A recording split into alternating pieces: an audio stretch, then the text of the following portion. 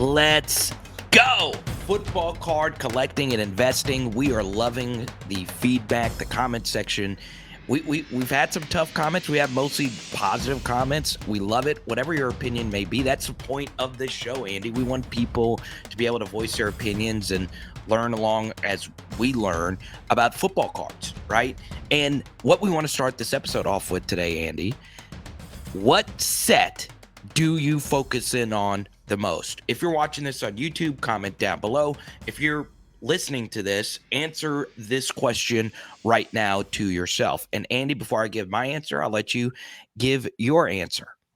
Yeah, so the main set that I focus in on, because I think it's important, this is the biggest variable we have between just, tracking the stock of a player in fantasy football or just general NFL and football cards is the amount of different variables in football cards, whether it be the set, the brand, the print run, the condition, the grade of the card, that all those variables. So I think it's important to dial in so you can understand the value that the current card is at, the current player that you have is at. So I like to look at the Optic Holo because it's not super common. It's also not super rare. So it's got some transaction volume behind it for me to get a good idea. It's also very desirable with that rated rookie logo and the silver prism finish. And so it's a nice sweet spot, but I think it's really important to have like an index of maybe 3 different cards or 3 different sets, a specific card from each set to track. And I think that's a good way to kind of approach it to give yourself a good idea of where your player's valued at. Well, Andy, I'm going to go full Scrooge McDuck because my elitist self only collects national treasures and eminence. That's it. That is it. I'm kidding, obviously. It is interesting. I still can't get over $30,000 for a box that you don't even know what's in it. But no, obviously, in a perfect world, Andy, you and I would love to be able to rip national treasures every single day, like our name is Drizzy Drake, but we cannot. And Optic Holo is a wonderful set. My friend Mint has a great LSU Optic Holo collection. There's a lot of people that love that rated rookie logo. You and I talked about this, before this episode began. Like the rated rookie logo pops up more often than you would think. On my LSU YouTube channel, I had Keith Sanchez of the Draft Network, and he was at the NFL Draft, Andy, and he had this backdrop where it was just rated rookie. It was just a rated rookie logo just everywhere. So, for me, I've kind of looked into more Optic Holo instead of Prism. So obviously everyone let us know in the comment section below. And another set, Andy, that you just love is rookie ticket autos as well. Yeah, because I like I said, I'm wanting to paint that picture of giving an index. And a great example of this is 2021 Optic Holo is still a new set, and the set is still making its way to eBay. It's only been out for less than a couple months, so there's still a lot of supply making its way through eBay, which can be hard to move the needle. I look at a prime example as a guy like Jalen Waddle, Devonta Smith. Whereas, Justin Jefferson's Optic Holos, when he broke out after week 1, got up to $75, $80. The needle hasn't really moved like that for the Optic Holo of Jalen Waddle or Devonta Smith. And that's just because there's a lot more supply. But This time next year, once all that supply has had time to circulate through the marketplace, it's going to be leveled out. And then we'll have a much clearer picture of what's available versus what's sold and what's stored in people's collections. And it allows you to track a little bit better in an index. And so therefore you look at the 2021 rookie ticket auto, look at something a little bit more rare, but not yet super rare, like the national treasures and the flawless cards out of 25. You want something that the supply can disappear on fairly quickly, but not too quickly, not to where you can't get a good idea of a good average. And the rookie ticket auto is a nice sweet spot between the Optic and the base contenders. You have, a pretty good sweet spot there and a very good brand recognition, desirable assets like rookie card logos and on-card autographs and different designs that come with those that are nice as well. So that's another really nice one for me. And then the other one, Carter, would be a Prism PSA 10, because you have web apps like our Keep 'em web app. You can easily go and paint a picture of the population report of that PSA 10. The condition is consistent across those, and you can easily see the price trend and track it that way. So now you have three different cards from different sets that are all very liquid to give you a good idea or paint a picture of where the value of your player is at. Yeah, I like that. For me, Andy, I'm a big rookie ticket auto fan because of you. I'm a little bit different because I do collect a lot of 2013 cards because of Tyrann Matthew, but so like I like old school tops. Tops isn't the thing anymore for football cards yet. That might change, but still, for me, Andy, I love three sets. I like Optic Hollow. I like rookie ticket autos with contenders, and I am starting to fall in love with Select just based on the great product that they have put out here for the 2021 class. So those are my three. I've kind of faded a little bit on Prism, but Prism's the biggest set release every single year for a reason. So it's whatever floats your boat. Collect whatever you want to collect. I would, though, once again, because we do have new people that Google search football cards and they find your channel, Andy. It is very important, like if you start looking into sets and you want to look into investing and all that stuff, to make sure that you do look at sets that are desirable, right? Stay away from score. I'll tell you this, Andy, there's a lot of people that go to, and you can find these products on shelves now. There's a lot of prestige sitting on shelves, right? With, Trevor Lawrence on the box. Uh, you know, is it cool to rip a product? Yeah, it's always cool to rip any product. But it's important to keep in mind that there are some sets that are very desirable and there are some sets that aren't desirable. And I go back to someone that knows a lot about this stuff, Lou Janu, who joined us on the show. The biggest thing I took away from him, all the experience he has in football cards and business, is just because you want something to be big doesn't mean it's going to get big, right? It makes sense that defensive players become more valuable, but it's still not the case. So it's just one of those things they need to keep in mind as well, that, just because you desire something, look, I'm a Tyrann Matthew collector. There's probably 10 other big time Tyrann Matthew collectors out there. I don't know who they are. It's just, it's one of those things where, you got to keep in mind that some things are desirable and some things just aren't. Yeah, and if and if you really want that card to become desirable, like you're talking about, that player has got to get to the level of Patrick Mahomes, Josh Right. Allen, Tom Brady type of level for you to start to see people going out and seeking their college uniform cards that are non-autographed, non-serial number, just to have a slice of the pie of this super elite player. That's really what it takes for these lesser desirable sets to become popular, especially today when the print runs are so much higher, the availability, the variety of cards is so much higher than it was, just a few years ago, even, Carter. So I look at that and I pulled some interesting data for you here to give you an idea about the desirability and the liquidity of Optic Hollow. So in the past 90 days, Carter, if you go to eBay and just type in Optic Hollow, filter by football, filter by sold transactions, and just buy it now sold transactions, Optic Hollow has had 17,533 buy it now solds in the last 90 days. Compare that to Prism PSA 10. They've had 10,065 Prism PSA 10 buy it now solds in the last 90 days. And then Rookie Ticket Auto has had Interesting. 13,649 buy it now sold transactions in the last 90 days. Very interesting. I thought those Prism numbers would be higher just because, it might be different in like other sports. That is very interesting. That is, look at you, Optic Hollow. Let's go. Ha, ha, ha.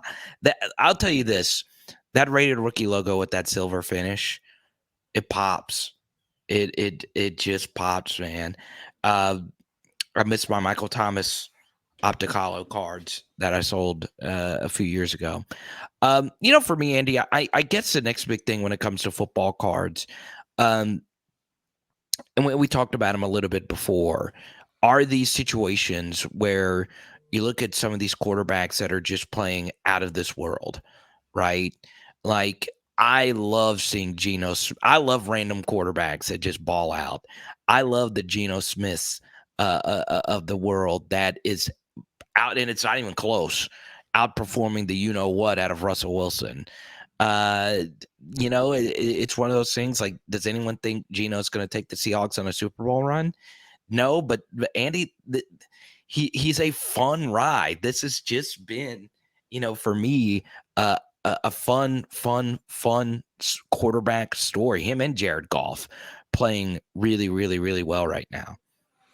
Yeah, Geno Smith has been playing really well, like you alluded to. His accuracy. It's interesting when you look at his advanced stats, and that's what really jumps off the page. So true completion percentage through the first 4 weeks, he leads the NFL #1, and that factors out unpressured throwaways and drop passes. He leads the NFL amongst quarterbacks in true completion percentage. He also leads the NFL in play action completion percentage.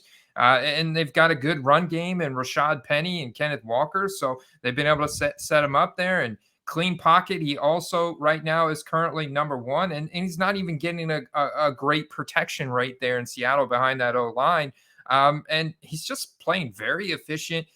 You alluded to the fact that he was on the New York Jets to start his career. He's an early second-round draft pick. So the guy had some hype coming out of college, and then he goes to the Jets where it's just a ton of media scrutiny and pressure. And, he could have just succumbed to that pressure and really underperformed. And now that he's in Seattle, I mean, we could see this trend continue. He could actually have a really solid overall season here this year, and his cards are incredibly cheap. 2013 rookie ticket auto. I'm still looking at one right here for $50 in a buy it now format, Carter. That is so cheap when you even compare him. Look at a skill position guy. Look at DeAndre Hopkins, who's not even coming back here for another couple weeks, and his rookie ticket autos from 2013 are going for more than that. Here are the top 10 ESPN leaders in QBR. Okay, Patrick Mahomes, that makes sense. Tua, I wish for a speedy recovery. I also think one thing about Tua, now that we've seen that I'm totally wrong and he looks pretty good, is after what he's been through this past week, people are going to relate to that. People are going to kind of cheer for Tua now, even if you're not like a big Tua guy. It's hard to not root for him, and I hope he gets back on the field quickly. Then, all right, this is the rest of the ESPN QBR leaders. Josh Allen, Cooper Rush, Geno Smith, Lamar Jackson, Justin Herbert, Jared Goff, Jacoby Brissett, Jalen Hurts. I think all of us had Jacoby Brissett when it comes to ESPN top 10 QBR leaders going into the year. Now, I'm going to go ahead and admit, one mistake. I've made two big mistakes, right? The Tua stuff, I was wrong on that take. The second mistake was, this Jameis Winston stuff. I bought some Jameis Winston cards. I got offers on them, Andy, for profit. I held on to them, and, I'm kind of regretting it. I kind of wanted to go on a ride. But what I did do was I didn't allow Baker Mayfield to play before I sold the cards. I took offers of 50% profits. I wasn't going to gamble on both of them because it was the likelihood that both of them being good was very, very, very small. So for me, Andy, I think the safest thing to always do is these prospecting quarterbacks. It's smart to sell in the hype cycle before they even step foot on the field. I agree with that. You look at a guy like Kenny Pickett is about to get his first official start this weekend against the Bills. So, the narrative is going to be that the Bills are about to feast on him. You also have Bailey Zappi taking his first potential start for the New England Patriots this weekend. And those guys, I'm looking to sell on the hype. I'm not looking to get greedy, because we know the truth of the matter is that most of these guys don't pan out, or they go through several years of struggling. And I want to point out the one commonality that I think I can draw between that top 10 list of quarterbacks with the QBRs is their offensive line. Look at the offensive line of every single one of those guys has played really well. Now, you could say the Seahawks, maybe a little bit middle of the pack, below average, not great, but Cleveland, great. Detroit, great. Philadelphia Eagles, great offensive line. The Bills, great offensive line. So, like, all those other guys, I mean, have all had really good offensive lines this year. And I think that's obviously you study the film and the sports analytics and stuff, and you understand how teams built in the trenches with the O-line, the D-line, and then you build the skill position players around that, have a lot of success. And that's what, like, look at Justin Fields. Like, that's, things that really affect his performance, and not just the fact that their offensive line is so bad, but he's not even really throwing the ball. Like, they're leaning so heavily on the on the run game, So it's just really interesting. Yeah, I mean, the Baker stock is down 40%. His PSA 10 based honors now are going for $24, man. So taking the L. I'm taking the L there as well, because he's a guy. I bought a couple. I had to buy into that revenge narrative on him. Russell Wilson is another guy that's just not lived up to expectations in the slightest yet in Denver. And a lot of fingers are being pointed at Nathaniel Hackett, but it's just they have not. I mean, his performance has been okay at best. I want to get into a quick topic. I know we touched on it before we get into hobby tip of the week. There's product on shelves. This is unlike, the past couple years, right? You could find, Prestige, you could find Elite, some of these, less desirable sets on shelves. I get this question a lot, Andy, from people that are just now joining back into the hobby. Should I go buy these boxes? Yeah, if you want to rip something, yeah, but I'm just going to be honest, rarely are you going to pull something in there that is going to, double the price of that box or be worth the price of the box. It is legit the Family Guy meme, right? It's, do you want a boat or do you want, or whatever the joke was, do you want a boat or do you want what's in the box? And it's kind of like the same thing. That money could go towards a card that you really, really, really want. And what's interesting about that, and we'll talk more about this next week, here's what they call a teaser. And the reason why I'm not talking about it now is because there is a waiting period here. I did just secure the most important card I've ever purchased. And I'll tell you all about it next week. But when I went to the store, I saw that there were some blasters. There was some select fat packs on there, and I could have bought those packs, but I knew that money can go towards this card that I needed. It was a card that I absolutely had to have. I didn't know how much it was going to go for. It was really rare. And once again, I don't want to, put the cart before the horse, because, the card has to, get delivered here. But I then used logic. I was like, okay, well, no card that I'm going to pull out of this is going to be as important to me as that card that I'm saving up money to get. So anytime you see it, I know, Andy, it's hard to not just grab the box and then you're like, oh, okay, it's just one box. Let me put it in the cart and then go get, a 6-pack of beer, a hair dryer, whatever you're going to get at Walmart or Target. If you want to get it, but always be careful, because the prices on all the sealed stuff in retail have gone up. Yeah, and I would stick with the singles, because I look at the price of the Chronicles, for example, Chronicles draft pick, which you can go on Target's website right now and you can get Prestige blaster boxes for $25, Chronicles blaster boxes for $25. But Prestige is another good example. Chronicles is a great example. They have a lot of different cards in there. You can go get the Legacy Silver Prism Auto of Breece Hall out of the 2022 Chronicles draft picks for $25 and just not buy that blaster box at all. I mean, we ripped one last night and I gave it away, and we pulled a Kyle Straska out of there, who's not even in the player profiler database. Like somebody in the comments said he was like a 8th-year senior at Clemson. It's like, this guy, it's total randomness, and your hit rate is very low on retail product. Definitely want to stay away from like the hanger packs, those packs that because those packs are easily manipulated. There's been times where I've talked to some hobbyists. Shout out to Michael Ham in Tampa, who is very much into the retail circle and getting retail product to rip it because it's a lot of fun for him. And so he's one thing he told me: stay away from the hanger packs, the cello packs, because they're easily manipulated. People will buy them or open them, weigh them, the whole 9 yards, to figure out which ones have hits and figure out a way to spoil them, stage them, the whole 9 yards. And the hit rate's just so low to begin with because there's a lot more retail product out there. So just stick with your singles.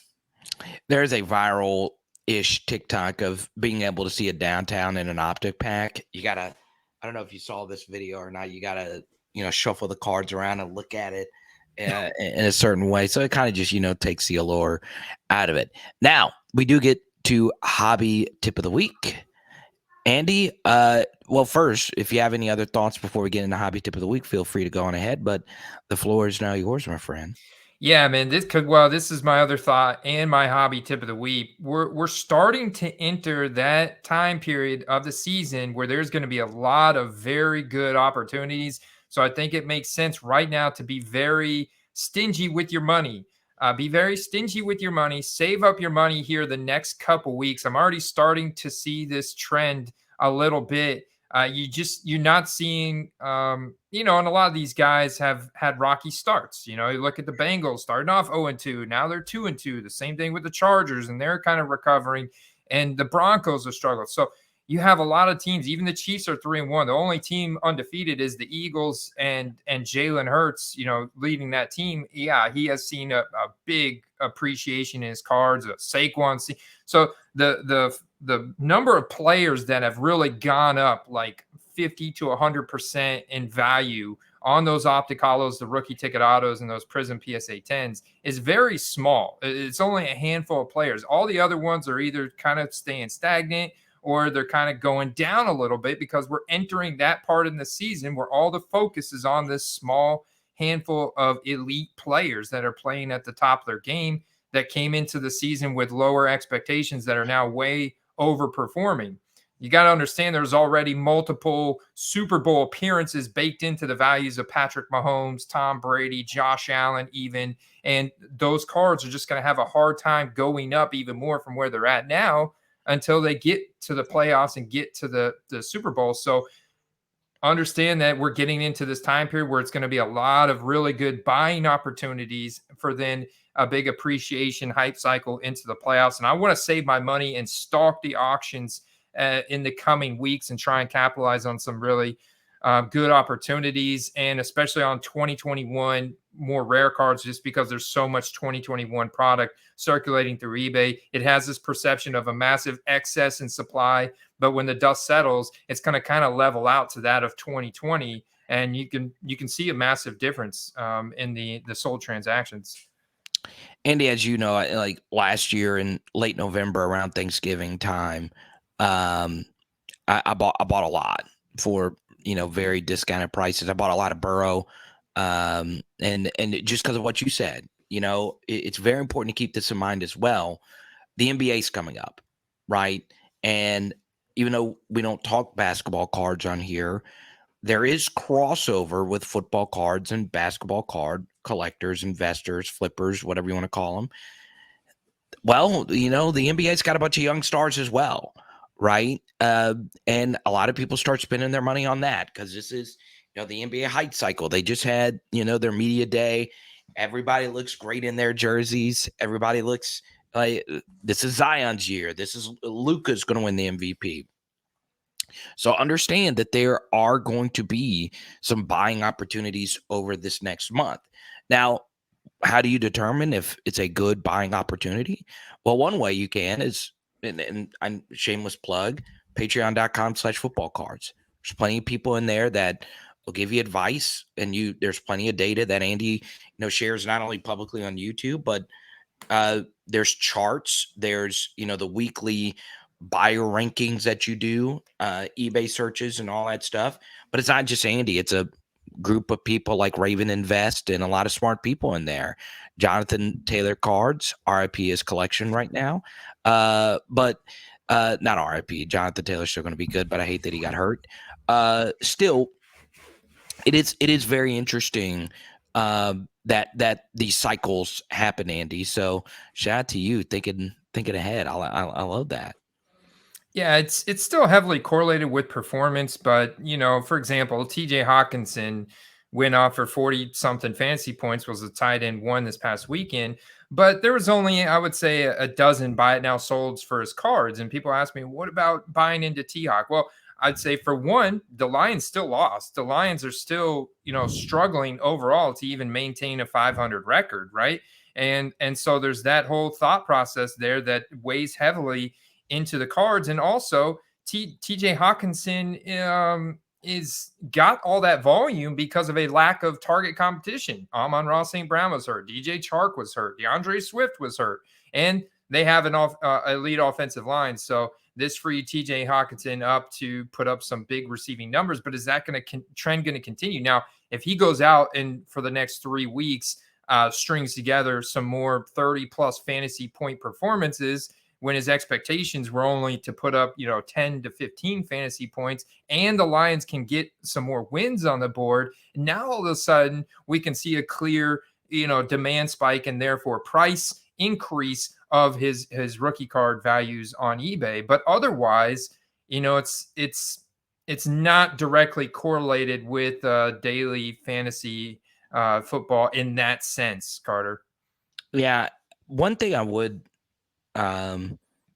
recommend, and this kind of ties in with play of the week here, is always look at comparables at that position, right? Like, for me, one player that's always interested me is Travis Kelce, right? Here we are witnessing, when it's all said and done, statistically he's the best tight end of all time. And there'll be a lot of, well, he played with Mahomes and he had Andy Reid. Yeah, he's smart. We know about the pay cut he took this offseason. Answer this: is TJ Hawkinson going to have as good of a career as Travis Kelce? Let me ask you that, Andy. Well, I would say no. Now, athletically speaking, he's similar, Right. but no. I mean, not unless he gets, yeah, no. Yeah, and that's the thing, And I shout out Jonathan Taylor Cards a minute ago. This has been the roughest year for running backs ever, right? I saw the stat this weekend, Andy. I know you're a big fantasy football guy, as am I. That Saquon Barkley being the RB1 in fantasy is the lowest amount of fantasy points of any RB in years, right? It is very interesting when you look at those two positions, tight end and running back. And wide receivers, of course, are continuing to, dominate this league. So it is very interesting when you look at like the positional stuff, because running back and tight end are two of the main fantasy football positions, along with quarterback and wide receiver. It is interesting when you look at it, position by position. And a lot of it goes back to usage, right? I mean, look at how look at the route participation and the snap share from the running backs and the tight ends. And these guys that have a high usage rate with a solid athletic profile have the propensity to go on and break out, but they've got to maintain that level of success for us to really buy into the fact we want to go out and spend $100+ on their rookie ticket auto, and with the thought that this could appreciate in value when they have such a long ways to go to get to the level of Travis Kelce. Think about the amount of high route participation and target rate usage games that Travis Kelce had to go through to get to the level that he's at, or how many of those games did Adrian Peterson or LaDainian Tomlinson have to go through to get to the levels that they're at, and think about that for your players. So the one caveat to this is rookies, Carter, because rookies are so young and they're so fresh to the NFL that literally one big game like that, if TJ Hawkinson was a rookie, it's a different Right. story. One rookie performance, putting up 42 fantasy points, you're going to be on mainstream Sports Center. Your name, you're going to be blasted out there, and you're going to see people go crazy for the rookie cards. That's the rookie FOMO element. That is a caveat. That is something that's almost an enigma within the hobby that you can't really carry over to even 2018, 2019 draft class. Yeah, and that's the thing. When you get caught up in the season, you kind of lose like how short NFL lifespan careers are, right? Like, I know this because one of my favorite players is right here, Jeremy Hill. It ended like before you even know it. He was a great running back, and never got another opportunity really after his stint with the Patriots. It's amazing how short NFL careers can be for really, really good players. So, always keep that in mind. Now, play of the week, Andy. Do you want me to go first, or are you going first? Well, I mean, I could take the pretty obvious one here, and the more I look at it, the analyzing the price charts, I mean, dude, I still think Jalen Hurts is undervalued. There's obviously a lot more risk involved now because you're buying it at a higher price level. But when I compare his Prism PSA 10 to that of Joe Burrow and Justin Herbert, I just look at the entire supporting cast for the Eagles. And not just offensively, but defensively as well. They're playing at one of the best EPA rates in the league, best DVOA rates in the league, just above average in all categories. And this is a team that I definitely think is going to be in the playoffs as well. They could continue to win a few more games here, even looking at their upcoming schedule. So I'm like, dude, I think that it makes sense to try and snipe some more Prism PSA 10s. If you look at a base card, look at definitely a PSA 10 graded format that currently is about $150 compared to the Justin Herbert and the Joe Burrow, almost $300. So, I think there's still a lot of room for growth there in his cards. And man, I almost think that he may still be the best buy right now in terms of quarterback. I like it. And one more thing about Jalen Hurts that is very, very, very important, okay? You compare him to Joe Burrow and Justin Herbert, who has a better situation out of those three quarterbacks? Well, Joe Burrow has a bad coach. I don't want to hear any Zach Taylor nonsense. His offensive line is always in question. His receivers he's probably got the best set of receivers in the NFL, but that situation isn't as good as a lot of people probably thought it was going into this year, especially in that division where Lamar Jackson exists. Same thing with Justin Herbert, right? Brandon Staley, there's, some people have cooled off of him. The Chargers have a ton of injuries right now. Obviously, those guys will get healthy again. And I still think Joe Burrow and Justin Herbert are going to be great. But the Eagles here, they got A.J. Brown locked in. Devonta Smith is getting better. Dallas Goedert, I still think, has this year and probably at least 2 more years of prime. He's got a great coach. He's got a great GM. He's got a great defense. Eagles have another top 10 pick, going into next year. What if they get a Kayshon Boutte to add to that offense or something like that? The Eagles are set. The Eagles have, not just this year, but another year of window. And once again, a division that up to this point has played better than what a lot of people expect. But, no one expects Washington to be a contender. No one expects, the troublesome Cowboys to be a contender. It's a mess. That division's a mess, and the Eagles look by far the best. So even if you don't think Jalen Hurts is actually going to get the job done this year, Andy, he's got a good opportunity to at least make one Super Bowl run over this next 2-ish year window. So I like that. I'm a big Jalen Hurts guy. Like I was telling you before the podcast began, I've drafted him in every paid fantasy football league I've done. Every single one of them. He's my quarterback. He's a really, really special talent.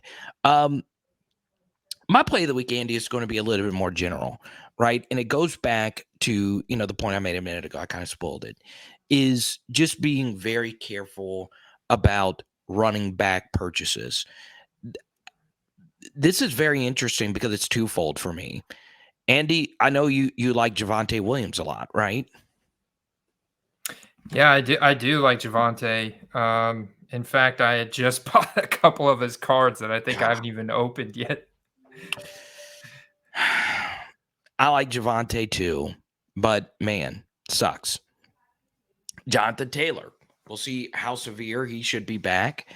It's very interesting. Just be careful because running back prices do get absolutely crazy.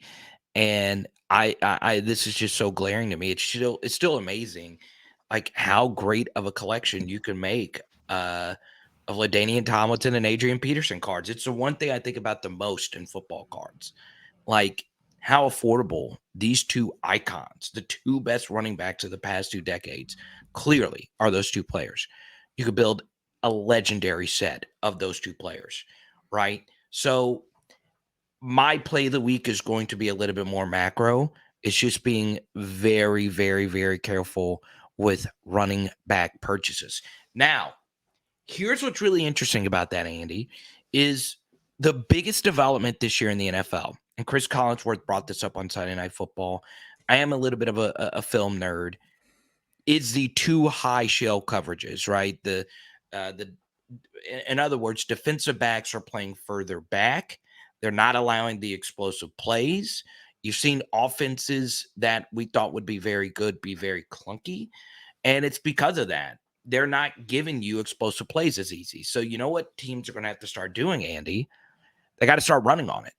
If defenders are going to play back and the boxes are lighter, you got to have a running game to get those safeties to commit so you could start hitting shots over the top, right? Football is very complimentary in that in that essence. So while I say that, I do think teams are going to start trying to figure out how to run the football better. So you might start seeing, over the next year or so, teams start developing more resources to running the football. Because if you can't, like right now, the Bengals tried to fix their offensive line. They give Joe Mixon a lot of money, and their running game is still very, very, very clunky. Teams are starting to figure this out now. So it is twofold. I would still stay away from buying running backs, but I do think, the NFL is an adjustment league. I do think over the next few years, obviously it's still going to be a passing league. That's not what I'm saying at all. But I do think teams are going to try and start developing more resources to making the run game more efficient. And I think that's the one caveat, Carter, because AP, LaDainian Tomlinson, they're great for your collection, but what type of future performance-driven events do they have to None. kind of create hype spikes in their cards?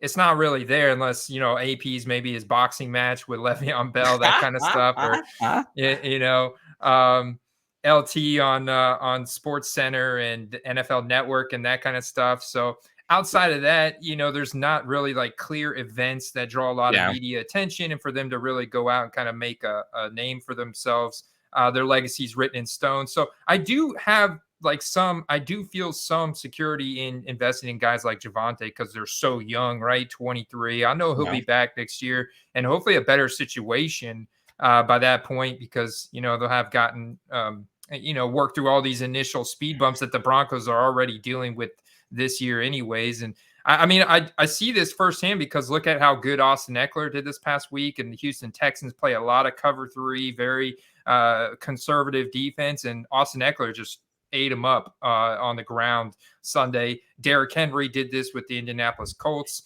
on Sunday as well. He got loose, and so I can see this trend, and there's certain teams that run the ball well. Look at the Browns with Nick Chubb.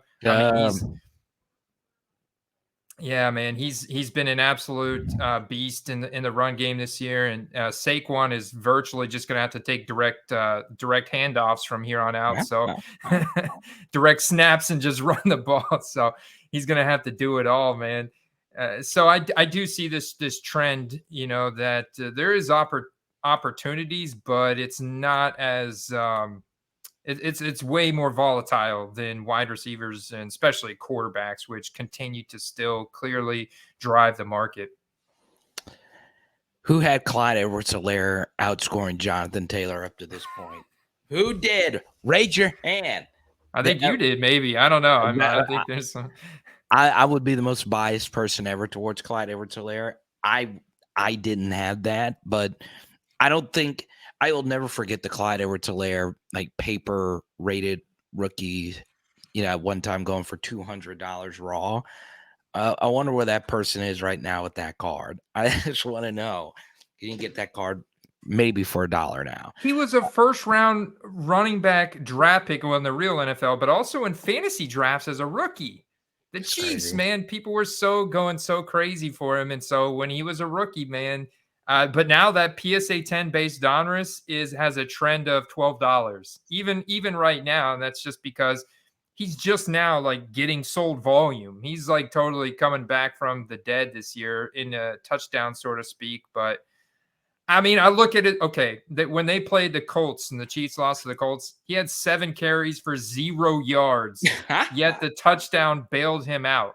And then like Sunday night, he looks like this pure runner, breaking through the line there and had a couple nice runs, couple touchdowns again. So it's like, hey, man, this I guy's love it. slowly picking up hype again, and I'm looking to sell. CEH, you are always welcome here on the Fantasy Football Card Quest, as is AJ Dillon. If anybody knows him, we'd love to have him on. We appreciate everyone, making the show great. 5-star reviews, subscribe, ring the bell, all that good stuff. Next week, the biggest card I've ever added to my collection, hopefully will be in. And we'll talk about a topic next week that has been brought up to you. It's been brought up to me as well. Rainbows. That's coming up next week, okay? It is the Card Quest, baby. Peace. Peace.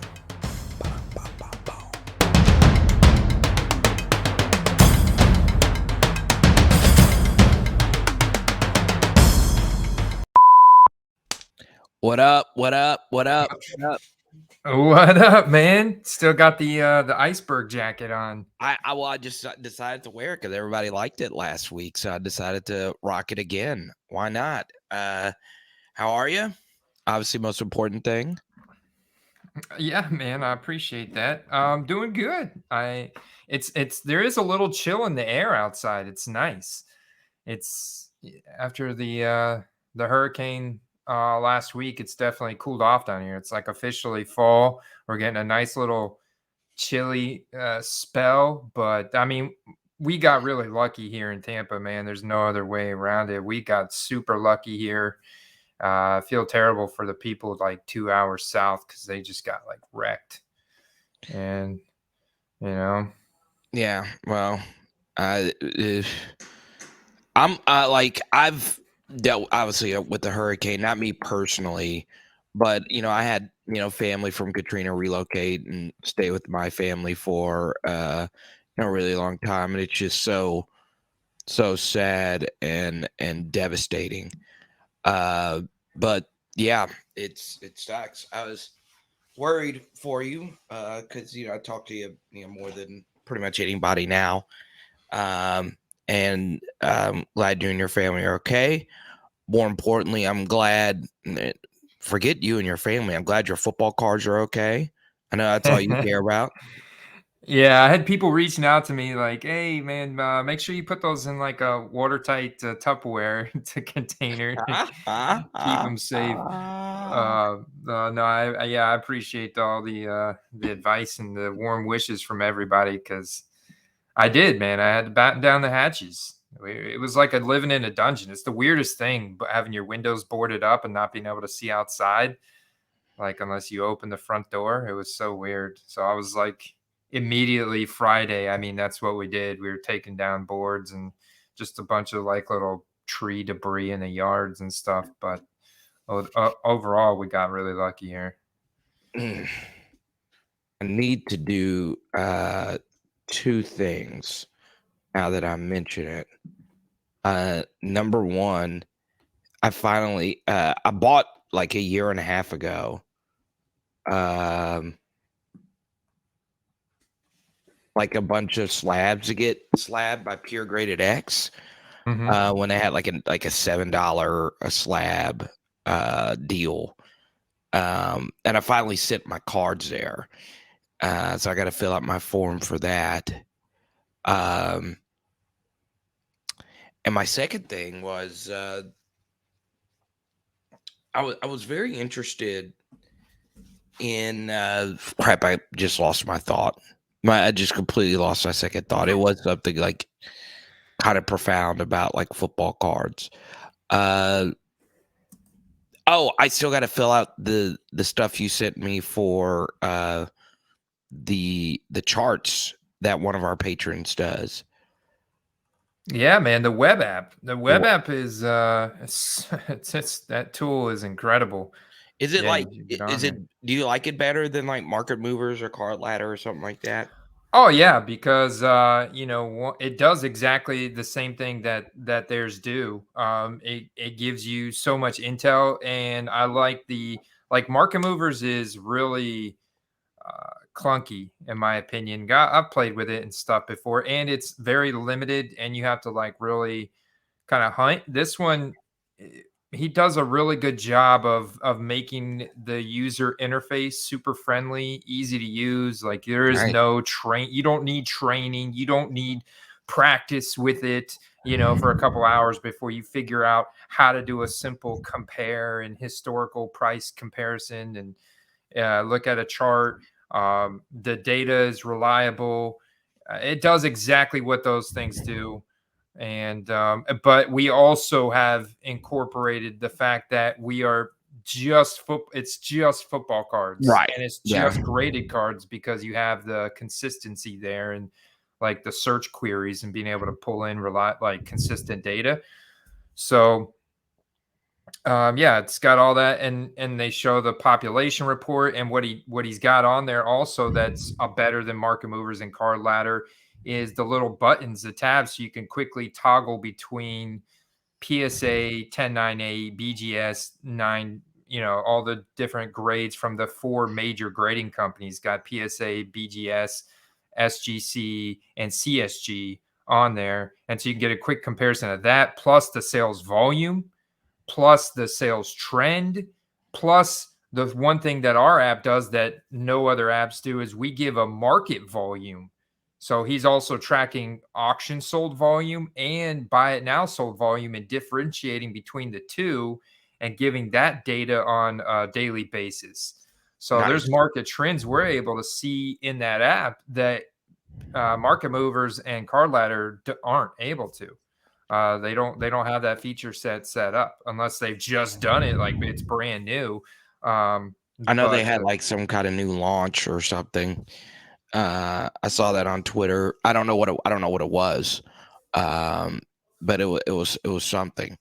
But yeah, I was thinking about this over the weekend. Like, um, one of Jay Hill's buddies is Geno Smith, and I, dude, I just love me some Geno Smith. I've always just thought he was like just the perfect backup quarterback, but when he was at West Virginia, like obviously he played in an offense and he had like I believe like Noel Devine and some other good pieces around him. Um, guy, he was good, and he's always just been, he wasn't really that good with the Jets, obviously, but he was with the Jets, right? And now, he's with the Seahawks. A yeah. lot of people are killing the Lions defense, but it's just one of those things like with Geno. Geno Smith, and I want this to be included in this show. Geno Smith is who we thought Baker Mayfield was going to be for Carolina, right? Now, does it help that once again Geno Smith has played some worse defenses? Yeah, it helps. He's played, the Broncos, who aren't that good. Obviously, the Lions this past weekend, but I mean, he's solid. Like, I mean, He played Who's San that? Francisco, and they got the best defense in the league pretty much besides Philadelphia, and he had an 80% completion percentage against them. He's good, and He's good. there, He's there, very accurate. there's a lot of things I know he's older, and I know he's like not going to be elite, but there's a lot of mechanical things I like about him, right? Like he's mobile enough to make you pay, but he's not really a runner. He's like a little bit faster version of like Byron Leftwich, if you will. Not obviously that talented with the arm, uh, but what's really interesting about Gino is when I watch him, it's like he's tall. He's very tall, and he stands tall in the pocket, and he could see everything. And that's been a big thing, in the NFL, right? Not to get like too much into like the weeds or whatever, but Chris Collinsworth brought this up on Sunday Night Football, and this is the biggest thing in the NFL this year are the coverage principles. They've changed. I know we don't talk a lot of like schematics on here, but defenses play more too high shell, cover four. They're just being more conservative, right? So, where you have to attack those things is over the middle. You have to be able to see things really well. And Gino is it just sees everything.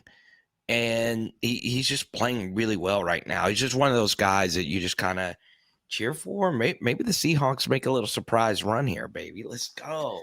Yeah, I Huh? mean, I kind of look back at his career with the Jets, and I see the type of media scrutiny that they place on their players. Zach Wilson, the prime example, and Right. I think they put a ton of outside pressure, like the Giants do it too. Look at Daniel Jones, and there's just a ton of media scrutiny, a ton of like the tabloids coming after you, type of environment, and it's just a ton of pressure. So I think that Gino could have a little resurrection here, man. Looking at all the advanced analytics around his accuracy this year, it's really impressive, dude. I mean, we talk 80% completion percentage against the 49ers, even though they lost, but look at his EPA right now is a plus 11.5, which is 16th. His clean pocket accuracy is number 3 in the league. Catchable pass rate number 1. I mean, play action completion percentage number 1. So he's leading the NFL in true completion percentage, which factors out unpressured throwaways and drop passes. Unbelievable. It's So I was looking at his card values because I'm actually thinking about buying some because I mean this could be I mean obviously the weapons are incredible in Seattle, and Pete Carroll's actually surprisingly letting him open it up a little bit. Maybe that yeah. goes back to the height thing. I mean Russell Wilson is a lot shorter, and he does have to kind of like a lot of times you see Russ making his best plays when he scrambles out of the pocket. Maybe that's because he could see the zone coverage a little bit better, and it helps him pick apart the defense. And I mean, I don't know, man. It looks like Gino, their schedule's not incredibly difficult either, and he's already played some pretty decent defenses, anyways. And this could be a nice little resurrection tour for Geno Smith this year. I mean, he's worth it buying a rookie ticket auto at $30 because 2013 rookie ticket autos just aren't like that's like a $60 DeAndre Hopkins rookie ticket auto. Yeah. Travis Kelsey's over 100, so it's like he's a quarterback, and it looks like he's definitely gonna start the rest of the year. And right now, he's kind of being talked about a lot. Yeah, I see one of his rookie ticket autos went for, 67. But yeah, I mean, if you could find anything in that $30 range, there's one that ended for 16. Yeah, it's got some soft corners. And what's interesting, if you look in close at the Geno's rookie ticket autos, they have like these built-in creases. The way they made the ticket look in 2013 looks like a real ticket that you would have taken to a game that got kind of creased up a little bit.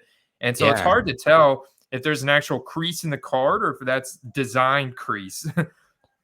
God, I love the way, man. You know, you kind of made me a rookie ticket auto sucker. I'm thinking about changing my whole LSU PC to just being rookie ticket autos. Let's go. But like I'm looking, Geno Smith green prism that just looks filthy. So a couple zebra stripe cards have surfaced for your boy. Okay. You saw the uniforms Thursday night, man. So sick. Oh, dude, there's just nothing like those uniforms, man. We got to do our weekly zebra stripe search. Look what I found. I found the select certified here. That surfaced for $1,850. You want to hear a hot take? Yeah. I don't like select cards like that have like those waves on it. Because it's just kind of hard to read what's on the card. You know what I'm saying? Like I don't like a card that's like that. Now, it could just be that I'm a nerd, but yeah, I like the wave design on prisms, but I get what you're saying. It does sometimes make it hard to see certain things on the card. But like, man, it doesn't matter. Anything zebra print Jamar Chase is crazy. I'm still waiting to see. I've checked a few times. Obviously, you know, you see this stuff more than I do. I'm just still waiting to see if something like that will pop up, like the actual zebra print. God, I hate breaks on eBay. Yeah, it clouds. It just muddies the waters so bad. I Do just people found. make money on that? How does that even work exactly? Well, I mean, I think they provide instructions to the link that you go to watch the break, and they fill the spot. To be honest with you, I've only ever done the one break, and I've never.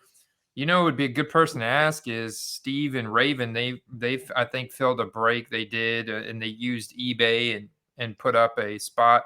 I just man, I don't know. It is a lot of work. Like breaking is not for everybody. Like it's a lot of work. Just the few that I've done for the community. I don't Yeah. mind doing them every once in a while, but it's a lot of work making sure everything stays organized and having to sort the cards by the teams and the people that they go to and then put together all the shipping and stuff. It's like shipping out for eBay times 8. Okay, so this one's been my favorite one that surfaced. Because I know one of our viewers, has the die cut version of a card that looks like this.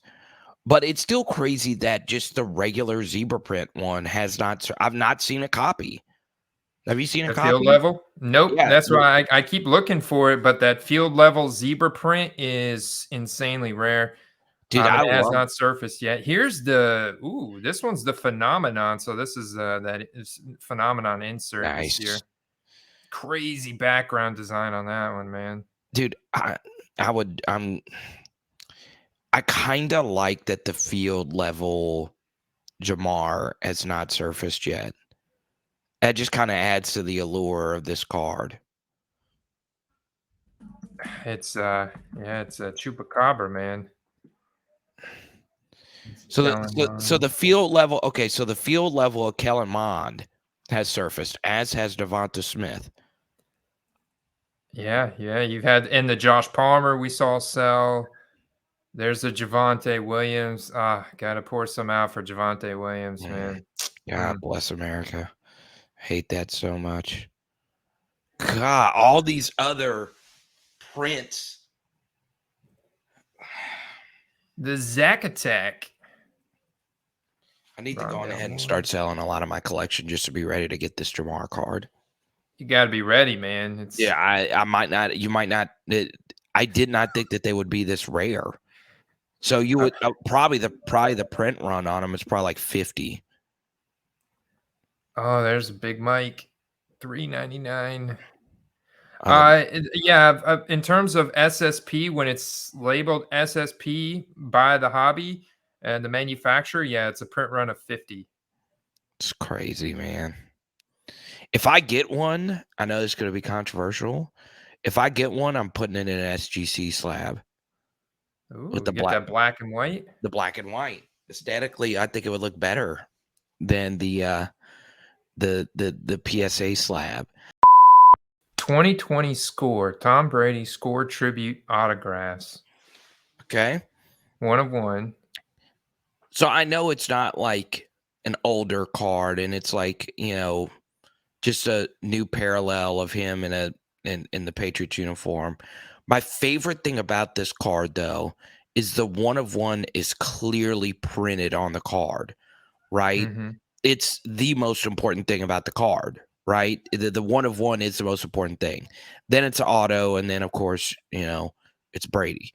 But I like 1 of 1s that clearly state it's a 1 of 1 on the card, right? If I'm looking at this card, if you're holding it 10 yards away from me, I can clearly see it's a 1 of 1, right? I hate 1 of 1s where the 1 of 1 is printed on the back or it's kind of like on the side. I love cards that have a very bold serial number on the card. So, for me, my hot take is I think of Legends, the cards that are modern parallels of Legends will get bigger, right? We've already seen it, like 2012 Prism, Steph Curry cards. It's a very iconic, set. 2012 LeBron James, 2012 Peyton Manning, 2012, Tom Brady Prism, whatever. Just because those cards have like rarity to it, they're numbered. Where like a lot of the older players don't really have a whole lot of that. But the thing is about this card in particular was this guy cracked it, and he said, I sent my 1-on-1 Brady to CSG in a graded 8.5 and auto 10, made the call to break the slab and submit to PSA. Not only did it come back with a lower grade, PSA decided their perceived value was between 5 to 10K and upcharged me $750. Oof. Think about getting a lower grade. Now, the discussion would be, well, even though it has a lower grade, because it's in a PSA slab, it's going to go for more. And I agree with that. Obviously, I think everybody would agree that a PSA 8 will go for more than a CSG 8.5, especially with a card like that. But and also the red, white, blue color match with the Patriots, that's like a smaller thing. But the thing is, though, it's like it's part of the reason why I've never sent a card anywhere to get graded. Just simply because of that, the perceived value thing. I've never quite, understood that. And it gets into, the discussion about PSA. Are you a PSA or bust kind of guy? And for me, it's just, I'm never going to be that. And I know a lot of people in the hobby that are that. They are PSA. I'm, when I get some of my Tyrann Matthew cards, people that know way more about football cards will say, "Hey, are you gonna crack it into the PSA?" And I'm like, no. Like it goes back, and I know you've done plenty of good videos. I highly recommend everyone go look at your videos on how to crack slabs correctly. But it goes back to the thing. Like I didn't get into the hobby to use garden shears and become Tim Allen or American pickers, if you will. I don't even know what they do on those shows, but to crack things open, it's just not my thing. And man, I don't know. It's just not something that I would do. I just don't think I would ever crack a card and send it. Knock on wood. I might do it. I don't know. CSG, according their technicality says that if you can't find a comp, so you can't find a sold transaction for the card you're submitting, then put in how much you paid for it. But what blows me away is that, and I've submitted some really rare cards through, the group submissions that we do, Yeah. and they've never come back and said, no, we think this is worth such and such more. Oh, It cool. just blows my mind that PSA, it takes the liberty, and it seems a little, like they're doing this to kind of price gouge people, takes the liberty to come up with their own perceived value. Like, technically, that guy should be able to put in what he paid for that card. It's a one of one. If he got it for $2,000, then he should be able to put $2,000 on the PSA submission form, and that should be the value of the card. PSA shouldn't be allowed to, without proof, like without, hey, here's a recent eBay sold transaction. So if you got a rookie ticket auto, Joe Burrow, and you're trying to put in the value is 500, then PSA can change that to 2,500, but show a comp, like show a comp from eBay that said this, showed this card recently sold for 2,500. You can't do it with the one-of-one. So I don't see how they can justify changing that on their own opinion. It's just kind of like they think they know all. Like they are the kings grading company, and it's their way or the highway kind of thing. And they're kind of taking advantage of some people. They clearly took advantage of this guy, in my opinion. Like, I don't think that they were warranted to put him in that higher tier without like some kind of proof to show that that card should be in that tier, and not just arbitrary, you know. It should just be a flat thing, right? Like if I'm fine with sending in a nicer card and it having to cost more to grade that card for like Super Express. That's cool. But it's just like, something like that just kind of sucks, right? Because I mean, look, a Joe Burrow rookie ticket auto, if he goes on a heater like he did last year, what you're buying now is going to be completely different than maybe when they grade it. Yeah. Huh? That's another good point. That's another good point, because they may not get to grading that card for 3 months from now, whenever that card has gone up $2,000 in value. Mm. It's possible. But I told him, I was like, hey, like this all I do when I'm not doing my YouTube channel. All I do is like football cards, and some basketball now. But like, I just freaking love that rated rookie logo. So now I'm starting to think about, do I really love Prism so much that like I absolutely need Prism product? And I'm starting to think maybe not. But what do I know? Let me see. What do you think about the emojis that they added 2021 Optic? These, Let me see. I don't know, they're considered case hits. They've got ones with rocket ship emojis, like this is the Jamar Chase rocket ship emoji one around the around the On the corner. edge. Okay, yeah, I've seen that. But I never actually looked in close. I saw like the little prints on. I saw a Mac Jones one. That's cool. Yeah, they've got flame emojis, rocket ship. I can't remember what other, if those are the only two, if they had a Let's couple more. go. The biggest difference between just general football and fantasy football, like tracking stock of a player, is the fact that there's so many different variables in football cards. And one of those being the brand, the set, the print run, the condition, the grade, and like trying to get a good handle on what the stock of your player is doing is tough when there's so many different variables. So one strategy is to focus on one specific set, Okay. and it makes it a lot easier to track than the up and downs in that set, to kind of go and get a good sense of, okay, yeah, my optic hollows for such player have gone up X percentage, and but because you don't want to do it with a card that is super common, but you also don't want to do it with a card that's super rare, because you're just not going to find very many available listings, not very many sold transactions. They're going to be super expensive. And then a card super common is just like there's always going to, especially 2020, 2021, it always feels like there's going to be hundreds of available listings and it's going to be very hard to kind of move the needle. So you got to find something in between. And that's why I like the Optic Holo. And you can see it. You could see what's going on with Jalen Hurts Optic Holos. I just got an offer on mine this morning for 100, and I'm like, hold the phone. Well, what do you have it listed for? 130? 150. Okay. 150. Well, that's because that Herbert and Burrows are going for between 150 and 200. And actually, Burrows got up to 250, 300 in the playoff Super Bowl run.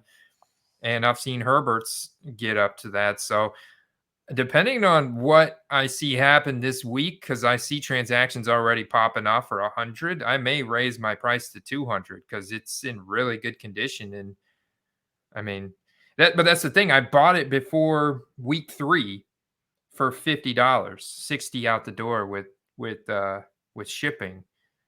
You could have got them for like $20 back in February. My biggest mistake with the Jalen Hurts thing, you've made a lot of money on Jalen Hurts cards. You just have, right? Yes, You've done a sir. really good job with it. You did last year, honestly. What's funny, and I told you this, when we were doing the content creator draft. Jalen Hurts is my fantasy quarterback in every league.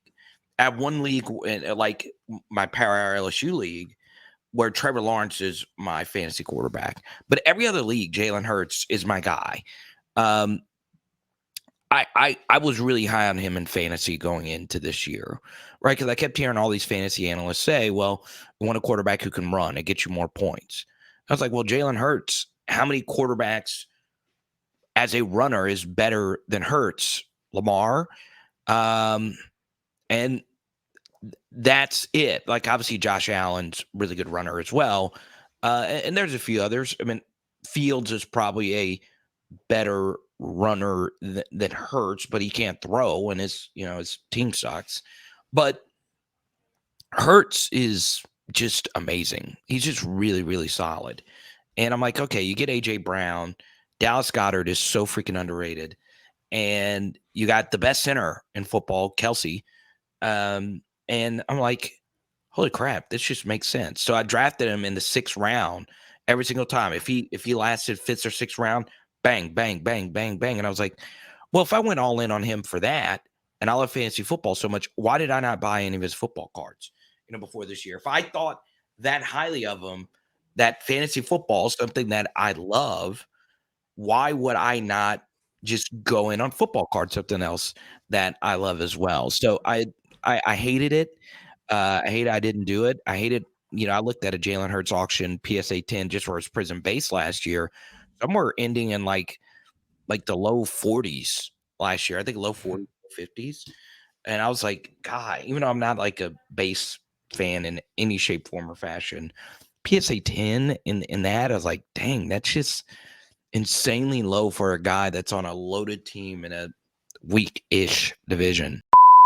Yeah, that's a great question. Like, what do you type when you pick a player that you want to zone in on? What do you type in on eBay? Like, what do you type in on eBay? How do you focus in? What's set?